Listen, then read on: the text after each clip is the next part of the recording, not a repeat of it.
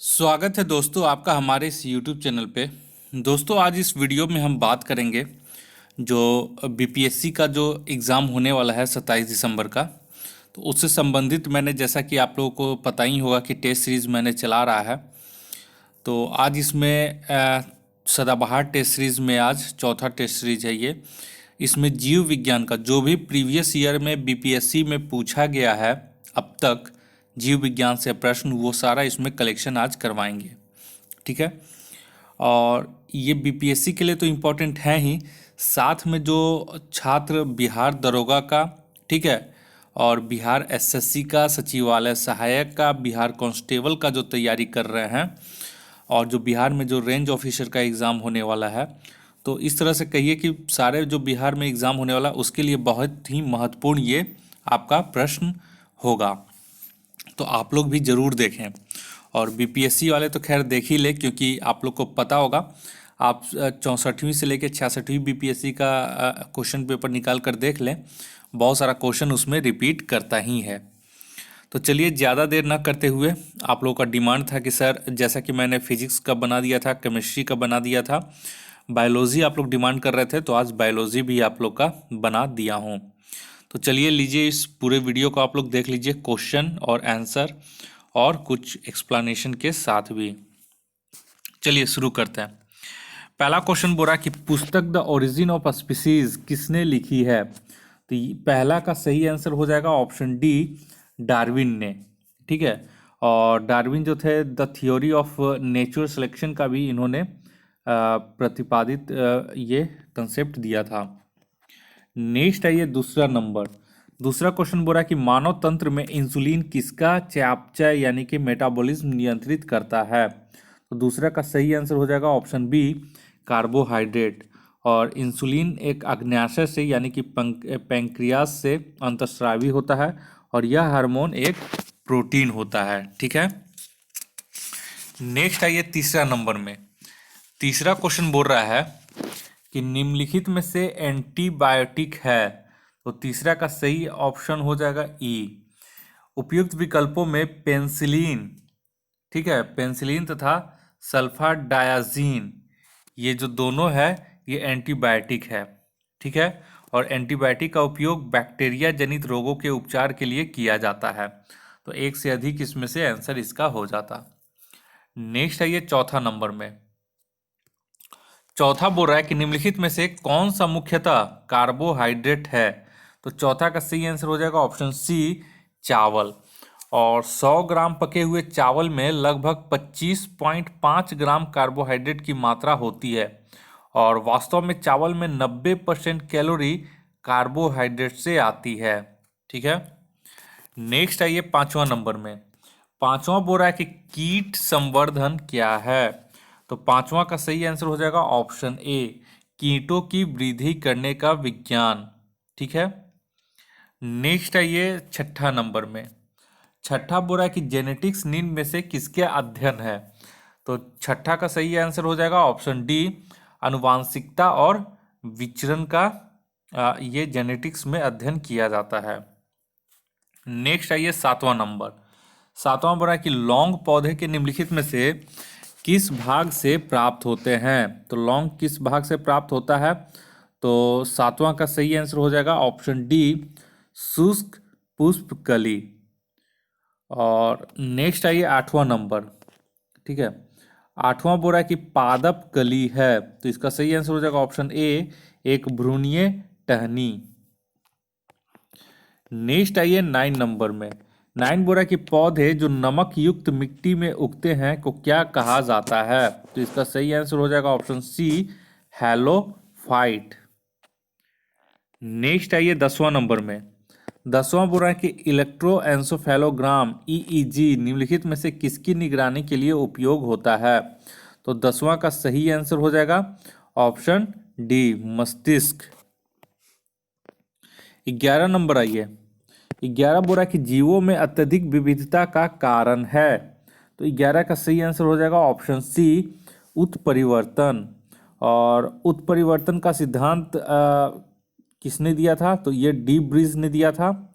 और डार्विनवाद जो थे वो प्रकृतिवाद के चयन का सिद्धांत इन्होंने दिया था। ठीक है। नेक्स्ट आइए 12 नंबर, मेंडल के आनुवांशिकता का सिद्धांत किस पर आधारित था? तो 12 का आपका सही आंसर हो जाएगा ऑप्शन सी, लैंगिक जनन पर। नेक्स्ट आइए 13 नंबर, 13 बोला कि डीएनए की खोज किसने की? तो 13 का इसका सही आंसर हो जाएगा ऑप्शन ई। देखिए, यह एक गलत धारणा है कि डॉक्टर जेम्स वाटसन और डॉक्टर फ्रांसिस क्रिक, एमएचएफ विलिंगसन तथा फ्रैंकलिन नामक वैज्ञानिकों ने डीएनए की खोज की थी।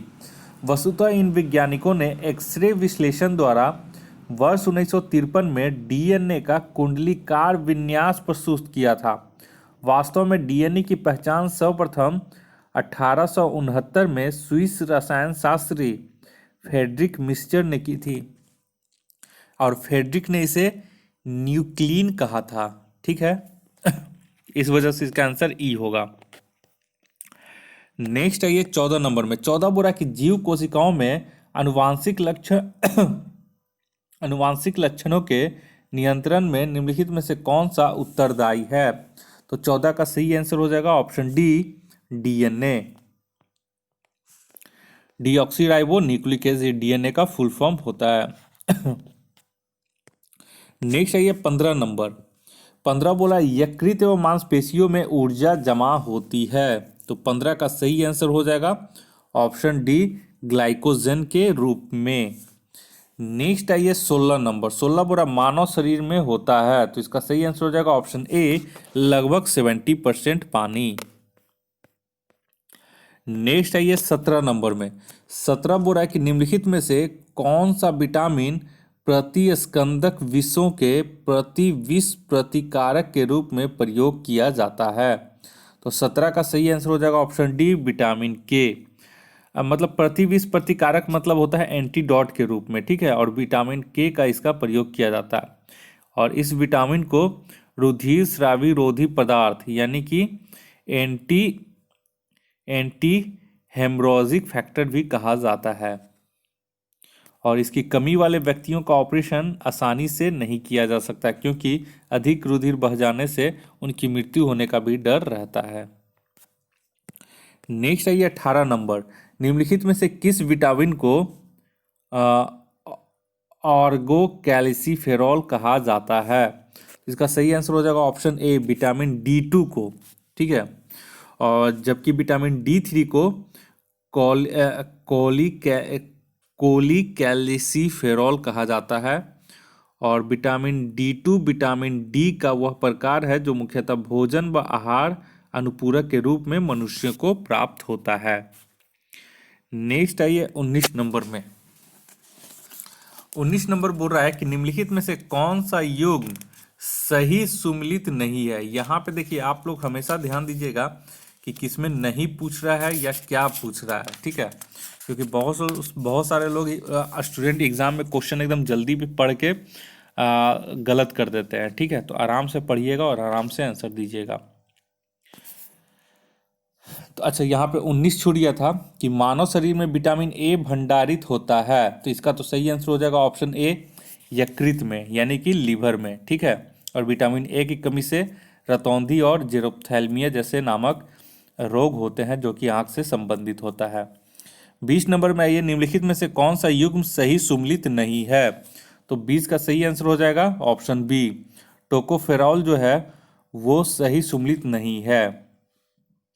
ठीक है, टोकोफेरॉल से आपका देखिए विटामिन ए की कमी से रतौंधी और जीरोप्थैल्मिया नामक रोग होता है। और विटामिन B12 यानी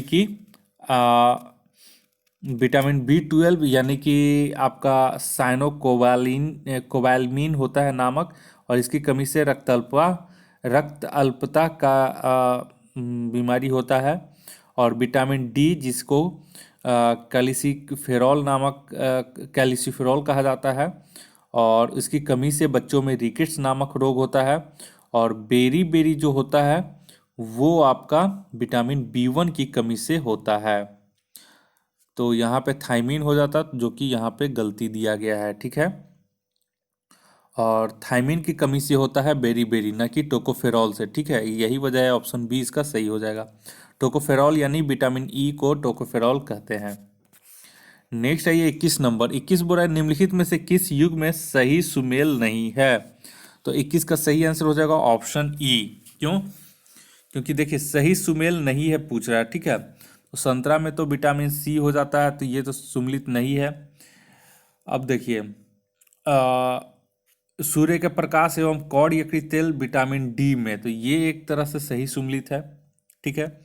विटामिन ई का प्रमुख स्रोत होता है गेहूं अंकुर तेल, तो ये भी एक तरह से सही सुमेलित है। अब देखिए जबकि एल्फाल्फा में से विटामिन के प्रचुर मात्रा में मिलता है, तो यहाँ पे देखिए यहाँ भी एक तरह से ये सही है, ठीक है। तो इसका थोड़ा सा यहाँ पे मिस्टेक हो रहा है, तो यहाँ पे एक चीज़ ध्यान दीजिएगा आप लोग कि ये भी सही है, डी सही है, सी सही है, बी सही है। अब देखिए विटामिन B1 संतरा है, तो हम लोग जानते हैं कि संतरा खट्टे पदार्थ में विटामिन सी मिलता है, ठीक है। लेकिन याद रखिएगा संतरा में जो है बहुत ही अल्प मात्रा में विटामिन B1 भी पाया जाता है, तो इस वजह से ये भी एक तरह से सही हो जाएगा। इसीलिए बीपीएससी ने इसका आंसर ऑप्शन ई माना था, उपयुक्त में से कोई नहीं। और ये बीपीएससी प्री 2016 का क्वेश्चन पूछा हुआ था, जिसका आयोग के द्वारा आंसर की दिया गया था। नेक्स्ट है ये 22 नंबर में। 22 बोल रहा है कि जिस विटामिन में कोबाल्ट होता है वह है, तो 22 का आप लोग सबको पता होगा, ऑप्शन डी हो जाएगा B12, ठीक है। नेक्स्ट है ये 23 नंबर। 23 बोल रहा है कि एक स्वस्थ वयस्क मनुष्य में रक्त का कुल परिमाप कितना होता है, यानी वयस्क मनुष्य में रक्त कितना होता है। तो इसका सही आंसर हो जाएगा ऑप्शन ए 5 से 6 लीटर, और रक्त एक तरल संयोजी उत्तक होता है। नेक्स्ट है ये 24 नंबर। बोल रहा है कि इनमें से रक्तचाप का मापक यंत्र कौन सा है। तो 24 का इसका सही आंसर हो जाएगा ऑप्शन सी स्फिग्नोमीटर। नेक्स्ट है ये 25 में। 25 बोल रहा है कि वृक्क से प्रति मिनट औसत रक्त प्रवाह होता है, तो इसका सही आंसर हो जाएगा ऑप्शन बी 1200 सीसी, यानी की क्यूबिक सेंटीमीटर। नेक्स्ट आइए 26 नंबर में। 26 बोल रहा है कि इंसुलिन है, तो इंसुलिन क्या है, तो इसका सही आंसर हो जाएगा ऑप्शन डी, जैसा कि मैंने शुरुआत में ही बताया था, प्रोटीन। देखिए यहाँ भी रिपीट आपका हो गया है। नेक्स्ट आइए 27 नंबर। 27 बोल रहा है कि निम्नलिखित में से कौन सा हार्मोन है। तो 27 का सही आंसर हो जाएगा ऑप्शन सी इंसुलिन। इंसुलिन एक तरह का हार्मोन है जिसमें प्रोटीन पाया जाता है, ठीक है। नेक्स्ट आइए 28 नंबर। 28 बोल रहा है कि निम्नलिखित में से कौन सा हार्मोन स्तन ग्रंथियों से दुग्ध का स्राव होने में भूमिका निभाता है। तो 28 का सही आंसर हो जाएगा ऑप्शन डी ऑक्सीटोसिन।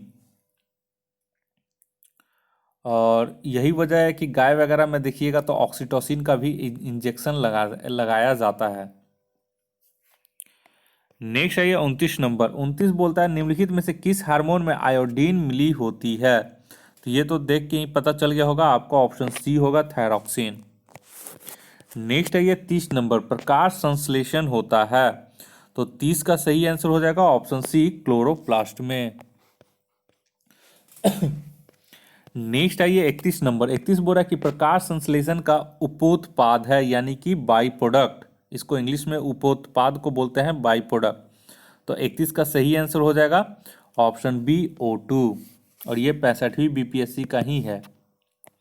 नेक्स्ट आइए 32 नंबर। सौर ऊर्जा एटीपी में बदलती है, तो 32 का सही आंसर हो जाएगा ऑप्शन बी क्लोरोप्लास्ट में। नेक्स्ट आइए 33 नंबर। 33 बोल रहा है कि कोशिका का शक्ति स्रोत होता है, तो 33 का सही आंसर हो जाएगा ऑप्शन बी माइटोकॉन्ड्रिया, और इसे कोशिका का पावर हाउस भी कहा जाता है। नेक्स्ट आइए 34 नंबर। 34 बोल रहा है कि भ्रूण किसमें मिलता है, तो 34 का सही आंसर हो जाएगा ऑप्शन सी बीज में। नेक्स्ट आइए 35 नंबर। 35 बोल रहा है कि निम्नलिखित में से कौन प्रतिजैविक औषधि है। तो इनमें से कौन प्रतिजैविक मतलब एंटीबायोटिक औषधि है, तो इसका हो जाएगा ऑप्शन ई। क्यों? क्योंकि देखो क्लोरोरैम्फेनिकोल, ठीक है, ये भी एक प्रतिजैविक औषधि है जिसका उपयोग बैक्टीरियल इन्फेक्शन के उपचार में किया जाता है। और सल्फा गुआनिडीन एक प्रकार का सल्फोनामाइड प्रतिजैविक है, तो ये भी एक तरह से आपका प्रतिजैविक हो गया। ठीक है, तो इस वजह से एक से अधिक यहाँ पे हो जाएगा ऑप्शन इसका। नेक्स्ट आइए 36 नंबर में। 36 बोल रहा है कि टाइफाइड तथा क्लोरा विशिष्ट उदाहरण है, तो विशिष्ट किसके उदाहरण है? तो 36 का इसका सही आंसर हो जाएगा ऑप्शन सी, जलजन्य रोग। टाइफाइड और कोलेरा जो होता है जल के द्वारा ये रोग फैलता है। नेक्स्ट आइए 37 नंबर में। 37 बोल रहा है कि मनुष्य में एफ्लाटॉक्सिन खाद्य विषाक्त द्वारा सामान्यतः कौन सा अंग प्रभावित होता है? तो इसका 37 का जो इसका सही आंसर हो जाएगा वो हो जाएगा आपका ऑप्शन डी, लीवर। ठीक है, नेक्स्ट आइए 38 नंबर।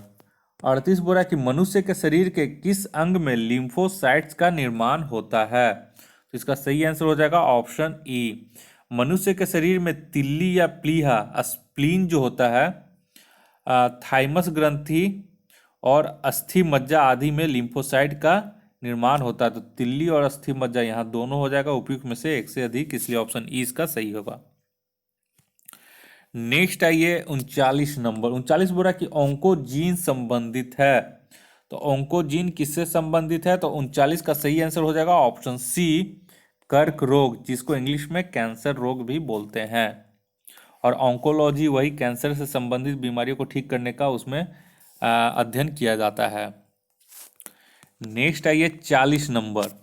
40 बोल रहा है कि रक्त कैंसर ल्यूकेमिया की रोकथाम में प्रयोग किया जाने वाला रेडियो समस्थानिक है, यानी कि कौन सा रेडियो आइसोटॉप्स है? तो 40 का इसका सही आंसर हो जाएगा ऑप्शन ई। देखिए, रेडियो फास्फोरस P32 और तथा कोबाल्ट 60 ये दोनों है एक प्रकार का रक्त कैंसर के इलाज में इसका उपयोग किया जाता है, तो उपयुक्त में से एक से अधिक हो जाएगा, इसलिए ऑप्शन ई इसका सही आंसर हो जाता। नेक्स्ट है ये 41 नंबर। 41 बोल रहा है कि तीव्रता एवं प्रयुक्तता के आधार पर निम्नलिखित में से कौन सा कर्क रोग उत्पन्न कर सकता है तथा उसका उपचार भी करता है? कर्क रोग मतलब कैंसर। तो 41 का सही आंसर है ऑप्शन सी, आयनीय विकिरण। ठीक है, नेक्स्ट आइए 42 नंबर। सहज प्रणाली का परिवर्धन निम्नलिखित में से कौन सा है? तो 42 का सही आंसर हो जाएगा ऑप्शन सी, प्रणाली की स्वपेशी प्रक्रिया। नेक्स्ट आइए 43। बोल रहा है कि शरीर का तापक्रम नियंत्रित करता है, तो 43 का सही आंसर हो जाएगा ऑप्शन बी, हाइपोथैलेमस। नेक्स्ट आइए 44 नंबर। शरीर का तापमान नियंत्रित करता है, देखिए लगातार पूछ दिया था 64वीं 2018 में भी 2019 में भी, तो इसका भी आंसर ऑप्शन सी हो जाएगा, हाइपोथैलेमस। इसीलिए मैं बार बार बोल रहा हूँ कि एक बार आप लोग ये वीडियो वगैरह जितना भी मैंने बना दिया है साइंस का, कम से कम वो सारा कुछ देख लें आप लोग, ताकि अगर रिपीट करें तो आप गलती ना करें एग्जाम में। 45 नंबर आई, लैंगिक जनन से अनुवांशिक विचरण कैसे होता है? तो 45 का इसका सही आंसर हो जाएगा ऑप्शन डी, उपयुक्त सभी। नेक्स्ट आइए 46 नंबर। 46 बोल रहा है कि डीएनए को किसने अंतःपात्र में बनाया था? तो 46 का सही आंसर हो जाएगा ऑप्शन ए, आर्थर कोर्नबर्ग ने। नेक्स्ट आइए 47। 47 बोल रहा है कि कौन सा दिन डायबिटीज दिवस के रूप में जाना जाता है? तो 47 का सही आंसर हो जाएगा ऑप्शन डी, 14 नवंबर। डायबिटीज डे यानी कि विश्व मधुमेह दिवस प्रति वर्ष 14 नवंबर को मनाया जाता है। नेक्स्ट आइए 48 नंबर। सबसे छोटा जीव जो स्वयं विकास एवं प्रजनन करने में समर्थ है, तो वो कौन सा है? तो ये 48 का सही आंसर हो जाएगा ऑप्शन सी, माइकोप्लाज्मा। ये सबसे छोटा जीव भी होता है और जो स्वयं विकास एवं प्रजनन करने में समर्थ है, यानी कि सक्षम है। नेक्स्ट आइए 49 नंबर। 49 बोल रहा है कि निम्नलिखित में से किसकी कोशिका में कोई एंजाइम नहीं होता है? तो 49 का सही आंसर हो जाएगा ऑप्शन बी, विषाणु यानी कि वायरस में। और विषाणु शब्द की उत्पत्ति लैटिन शब्द वायरस से हुई है, मतलब वही वायरस से, और जिसका शाब्दिक अर्थ होता है विष अणु। ठीक है, नेक्स्ट आइए 50 नंबर में। 50 बोल रहा है कि बिल तथा मेलिंडा गेट्स फाउंडेशन द्वारा स्थापित भारत के लिए कार्यक्रम आह्वान आह्वान किसके प्रतिरोध के लिए कार्यरत है? तो 50 का सही आंसर हो जाएगा ऑप्शन सी, HIV यानी कि एड्स। और आह्वान की शुरुआत 2003 में की गई थी। नेक्स्ट है 51 नंबर, सर्वप्रथम मानव हृदय प्रत्यारोपण हुआ था। तो 51 का सही आंसर हो जाएगा ऑप्शन सी, दक्षिण अफ्रीका में। डॉक्टर क्रिश्चियन बर्नार्ड दक्षिण अफ्रीका के एक प्रसिद्ध सर्जन थे, जिन्होंने सर्वप्रथम मानव हृदय का पहला सफलतापूर्वक प्रतिस्थापन यानी कि ट्रांसप्लांटेशन किया था। नेक्स्ट आइए 52 में। 52 बोल रहा है कि जीवाणु की खोज किसने की? तो 52 का सही आंसर हो जाएगा ऑप्शन डी, ल्यूवेनहोक ने जीवाणु की खोज की। ल्यूवेनहोक का पूरा नाम है एंटोनी वैन ल्यूवेनहोक को सूक्ष्म जीव विज्ञान के जनक के रूप में जाना जाता है। इन्होंने 1676 ईस्वी में अपने ही बनाए एकल लेंस सूक्ष्मदर्शी यंत्र से जीवाणुओं की पहचान की थी। नेक्स्ट आइए 53 में। 53 बोल रहा है कि कणीय तत्व क्या है? तो इसका सही आंसर हो जाएगा ऑप्शन बी, वायु प्रदूषक यानी कि पार्टिकुलेट मैटर। और उसी को पीएम बोलते हैं। जैसे नहीं बोलते कि दिल्ली में 2.5 पीएम का जो प्रदूषण है वो इतना गुना बढ़ गया है, तो वही पीएम का फुल फॉर्म था। नेक्स्ट आइए 54 नंबर, बोल रहा है कि संवहनीय वैस्कुलर पौधे में पानी ऊपर किससे जाता है? तो 54 का सही आंसर हो जाएगा ऑप्शन डी, जाइलम टिश्यू से। नेक्स्ट आइए 55 नंबर। 55 बोल रहा है कि सेल्सियस स्केल पर मानव शरीर का सामान्य तापमान क्या होगा? तो 55 का सही होता है ऑप्शन सी, 36.9 डिग्री सेल्सियस। और फारेनहाइट में अगर पूछेगा तो 98.6 फारेनहाइट इसका हो जाता। नेक्स्ट आइए 56 बोल रहा है कि सर्वदाता वर्ग के रक्तदाता का रक्त ग्रुप यानी कि यूनिवर्सल डोनर का ब्लड ग्रुप कौन सा होता है? तो 56 का सही हो जाएगा CO। नेक्स्ट आइए 57 नंबर में। 57 बोल रहा है कि निम्नलिखित की पढ़ाई विज्ञान की किस शाखा के अंतर्गत होती है? सॉरी, हड्डियों की पढ़ाई। ठीक है, तो इसका 57 का सही हो जाएगा ऑप्शन डी, ऑस्टियोलॉजी। नेक्स्ट आइए 58 नंबर। 58 बोल रहा है कि कशेरुक रज्जु में कितनी जोड़ी तंत्रिकाएं निकलती हैं? तो 58 का सही हो जाएगा ऑप्शन बी, 31 जोड़ी तंत्रिकाएं निकलती हैं। नेक्स्ट आइए 60 नंबर में, सॉरी 59 नंबर में। 59 बोल रहा है कि मनुष्य के जीवन काल में कितने दांत 2 बार विकसित होते हैं? तो 59 का सही आंसर हो जाएगा ऑप्शन सी, 20 जो दांत है वो 2 बार विकसित होते हैं। नेक्स्ट आइए 60 नंबर, मनुष्य की खोपड़ी में कितनी अस्थियां होती हैं? तो 60 का सही आंसर हो जाएगा ऑप्शन ए, 28, जिसमें देखिए और एक वयस्क मानव कंकाल में औसतन 206 अस्थियां होती हैं। खोपड़ी का नहीं बात कर रहे हैं, मानव कंकाल में बात कर रहे हैं कि 206 अस्थियां होती हैं। और मनुष्य की खोपड़ी में कितनी अस्थियां होती हैं? तो 28। नेक्स्ट आइए 61 नंबर। 61 बोल रहा है कि मनुष्य के शरीर में पैर की हड्डी, तो 61 का सही आंसर हो जाएगा ऑप्शन ए, खोखली होती है। नेक्स्ट आइए 62 नंबर। 62 बोल रहा है कि 20 वर्ष की आयु में मानव शरीर में हड्डियों की संख्या होती है लगभग। तो 62 का सही आंसर हो जाएगा ऑप्शन डी, उपरोक्त में से क्यों नहीं कोई नहीं। 20 वर्ष के मानव शरीर में हड्डियों की संख्या 206 होती है। ठीक है, जो कि ऑप्शन में नहीं दिया गया है। तो यहाँ पे इसके हिसाब से बीपीएससी के हिसाब से ऑप्शन ई होता, उपरोक्त में से कोई नहीं। नेक्स्ट है ये 63, निम्नलिखित में से कौन सा मनुष्य में अवशेषी अंग नहीं है? तो 63 का सही हो जाएगा ऑप्शन सी, सामने वाले चपटे दांत, कृतंक, इंसीजर जो है वो आपका अवशेषी अंग नहीं है। नेक्स्ट है ये 64 नंबर।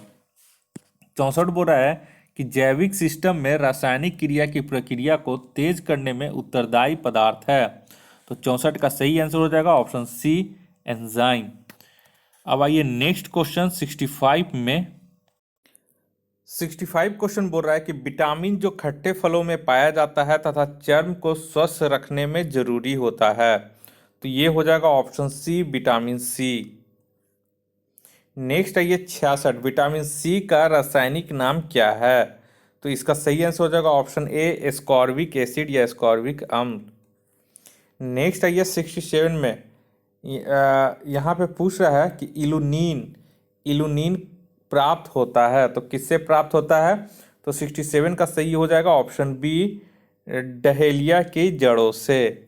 और इल्यूनिन एक पॉलीसैकेराइड है जो डहेलिया के जड़ों से पाया जाता है। नेक्स्ट है ये 68 में 80% से अधिक सेल में पाया जाने वाला पदार्थ है।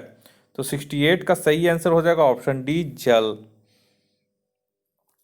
नेक्स्ट है ये 69, वर्तमान प्रमाण के अनुसार पृथ्वी पर जीव का उद्गम 2 लाख वर्ष पूर्व हुआ। इस युग में प्रोटोजोआ, शैवाल एवं जीवाणु थे। तो 69 का इसका सही आंसर हो जाएगा। यहाँ पे देखिए आधुनिक खोजों से स्पष्ट हो चुका है कि प्रोटोजोआ के उद्भव का प्रारंभ 3.5 अरब वर्ष पूर्व हो चुका था और साइनोबैक्टीरिया या नीलहरी शैवाल का जो उद्भव था वो 2.3 अरब वर्ष पूर्व माना जाता है। तो यहाँ पे जो था यहाँ पे ऑप्शन ई हो जाता, ठीक है।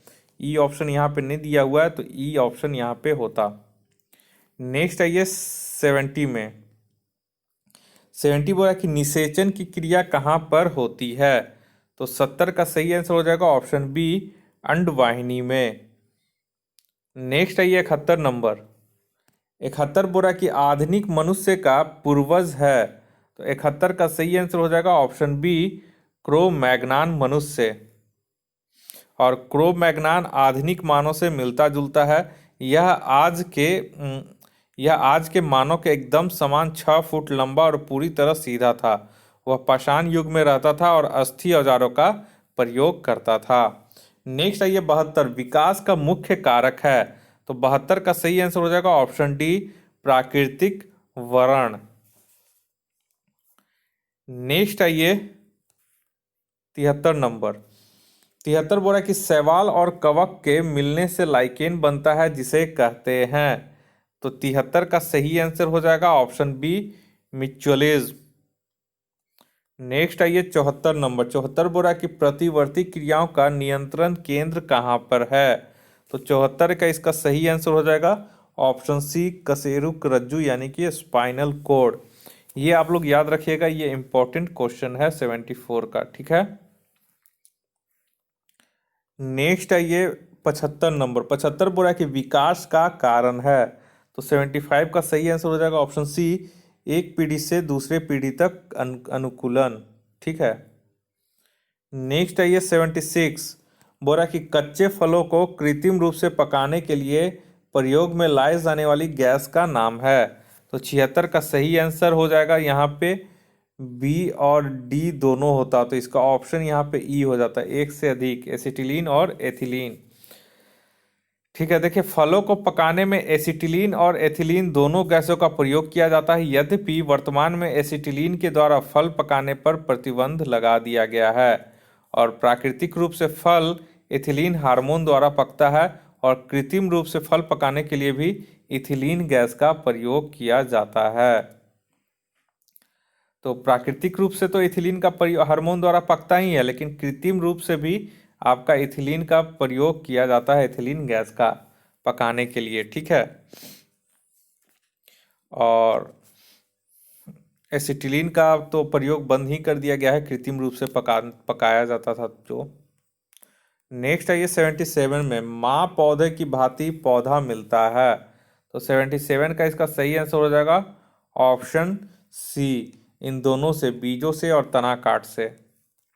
नेक्स्ट है ये 78 नंबर बोल रहा है कि जल से बाहर निकाले जाने पर मछलियां मर जाती हैं क्योंकि। तो 78 का सही आंसर हो जाएगा ऑप्शन सी, वे सांस नहीं ले पाती हैं। देखिए हवा में लगभग 21% ऑक्सीजन है तथा पानी में भार की तुलना में लगभग 0.5 से 0.9% तापमान पर निर्भर करते हुए ऑक्सीजन होता है, किंतु अधिकतर मछलियां यदि पानी से बाहर निकाल दी जाएं तो O2 की कमी के कारण वो घुटन के कारण मर जाती हैं। इसका कारण यह है कि जहां पानी में बहाव के साथ साथ गैसों का आदान प्रदान भी हो जाता है, पतले चपटे गलफड़े एक गीले कागज की भांति कार्य करते हैं। पानी से बाहर निकालने पर ये सब गलफड़े आपस में जुड़ जाते हैं, जिसके कारण सतही क्षेत्र कम हो जाता है और घटे हुए सतही क्षेत्र के कारण गैसों का आदान प्रदान कम होता है और मछली की मृत्यु हो जाती है। नेक्स्ट आइए 79, जहाँ जीव रहता है उस सटीक जगह को कहते हैं। तो ये 65वीं बीपीएससी 2019 का क्वेश्चन है। तो 79 का सही आंसर हो जाएगा ऑप्शन ए, आवास। ठीक है, और इसको बोलते थे, इंग्लिश में वहाँ था हैबिटेट लिखा हुआ था। ठीक है, तो हैबिटेट होता है आंसर। नेक्स्ट आइए 80 नंबर, मधुमक्खी कॉलोनी के सदस्य एक दूसरे को किस प्रकार पहचानते हैं। तो इसका सही आंसर हो जाएगा ऑप्शन ए, गंध से। देखिए, गंध से पहचानते हैं। और मधुमक्खियां भोजन की दिशा तथा उसके स्रोत को बताने के लिए विभिन्न तरह के नृत्य मुद्राएं करती हैं, जबकि एक दूसरे को वो गंध से पहचानती हैं। नेक्स्ट है ये 81 नंबर, 81 बोला कि मायोग्लोबिन में कौन सी धातु होती है। तो 81 का सही आंसर हो जाएगा ऑप्शन डी, लोहा। नेक्स्ट है ये 82 में, 82 बोल रहा है कि मनुष्य के शरीर में खून के शुद्धिकरण की प्रक्रिया को कहते हैं। तो 82 का सही आंसर हो जाएगा ऑप्शन ए, डायलिसिस। नेक्स्ट है ये 83 में, 83 बोल रहा है कि निम्न में से किसकी कमी से मधुमेह होता है। तो 83 का सही आंसर हो जाएगा ऑप्शन डी, इंसुलिन। ठीक है, और नेक्स्ट आइए, इंसुलिन का जो मुख्य कार्य होता है वो रुधिर में ग्लूकोज का नियंत्रण करना होता है, और इसकी कमी से रक्त में ग्लूकोज का नियंत्रण नहीं हो पाता है। 84 नंबर आइए, एड्स निम्न कारणों में से किसके द्वारा होता है।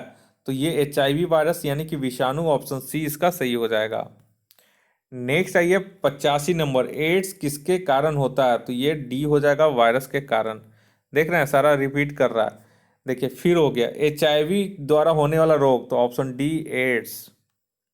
नेक्स्ट है 87, स्त्रियों की तुलना में पुरुष अधिक वर्णांतता से पीड़ित हो सकते हैं, क्योंकि। तो 87 का सही आंसर हो जाएगा ऑप्शन सी, उनमें केवल एक्स क्रोमोजोम होता है। देखिए, स्त्रियों में दो होता है, एक्स क्रोमोजोम, और जो कि लिंग निर्धारक क्रोमोजोम होते हैं। और एक्स का जो एक एक्स जो वर्णांतता के जीन का यदि वहन करता है, तो दूसरा सामान्य एक्स क्रोमोजोम उसे संतुलित कर देता है। इस वजह से महिलाओं में केवल वाहक, महिलाएं जो होती हैं वो वर्णांतता की केवल वाहक के रूप में कार्य करती है, जबकि महिलाओं में वर्णांतता नहीं पाया जाता है और वो पीड़ित इससे नहीं होती। केवल वर्णांतता जो होता है वो पुरुष इससे रोगग्रस्त होते हैं।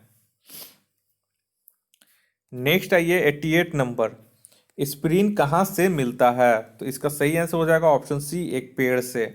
और एस्पिरिन और एंटीपायरेटिक ज्वरहर दवाएं वेदना निवारक का काम करती हैं। दवाओं को विल्लो वृक्ष की छाल से प्राप्त किया जाता है। तो कौन से पेड़ से, तो विल्लो पेड़ की छाल से इसे प्राप्त किया जाता है, विल्लो। नेक्स्ट आइए 89 नंबर, बोल रहा है कि गेहूं की खेती के लिए कौन सा उर्वरक का उपयोग करेंगे। तो 89 का सही हो जाएगा ऑप्शन ए, नाइट्रोजन। नाइट्रोजन युक्त उर्वरक जो यूरिया में मिलता है। नेक्स्ट आइए 90 नंबर, 90 बोल रहा है कि क्लोरोफिल में कौन सा धातु आयन पाया जाता है। तो 90 का सही आंसर हो जाएगा ऑप्शन डी, कोबाल्ट।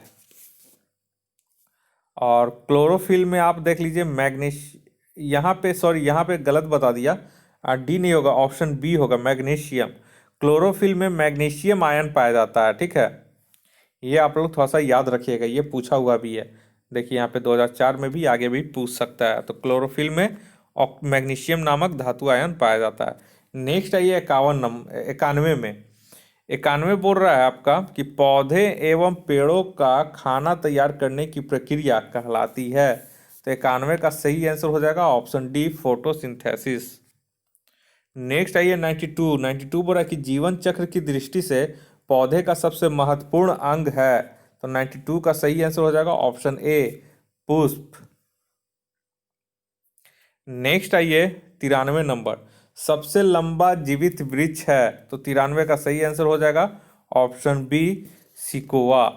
ठीक है, और सबसे बड़ा वृक्ष वही रेडवुड बोलते हैं या सिकोआ बोलते हैं, जिसकी ऊंचाई लगभग 115 मीटर से अधिक होती है। और सबसे छोटा अगर पूछेगा तो एंजियोस्पर्म वुल्फिया का नाम आएगा। ठीक है, नेक्स्ट आइए 94 नंबर, एस्पिरिन है। तो 94 का सही आंसर हो जाएगा ऑप्शन बी, एंटीपायरेटिक। तो ये आप लोग याद रखिएगा। ठीक है, एंटीबायोटिक नहीं मारिएगा, एंटीपायरेटिक मारिएगा। 94 एक तरह से इंपॉर्टेंट क्वेश्चन है। नेक्स्ट आइए 95 में। 95 बोला कि किस वनस्पति खाद में अधिकतम प्रोटीन होता है? तो 95 का सही आंसर हो जाएगा ऑप्शन सी, सोयाबीन में। नेक्स्ट आइए 96 नंबर। तना काट आमतौर से किसके प्रवर्धन के लिए प्रयोग किया जाता है? तो 96 का सही आंसर हो जाएगा ऑप्शन बी, गन्ना। और इसको कायिक प्रवर्धन या डाली कलम या पेड़ी द्वारा ये इसको कहा जाता है। नेक्स्ट आइए 97 नंबर। संसार का सबसे बड़ा पुष्प, तो ये तो आप लोग को याद होगा। 97 का सही आंसर हो जाएगा ऑप्शन बी, रेफ्लेसिया। और यह इंडोनेशियाई वर्षा वन में डॉक्टर जोसेफ अर्नाल्ड द्वारा 1818 ईस्वी में पहली बार खोजा गया। और इस फूल का व्यास जो है वो 100 सेंटीमीटर तक तथा वजन जो होता है वो 10 किलोग्राम तक होता है। नेक्स्ट आइए 98 नंबर। 98 बोल रहा है कि हरगोविंद खुराना को किस आविष्कार के लिए सम्मानित किया गया? तो 98 का सही आंसर हो जाएगा ऑप्शन बी, जिन के संश्लेषण के लिए।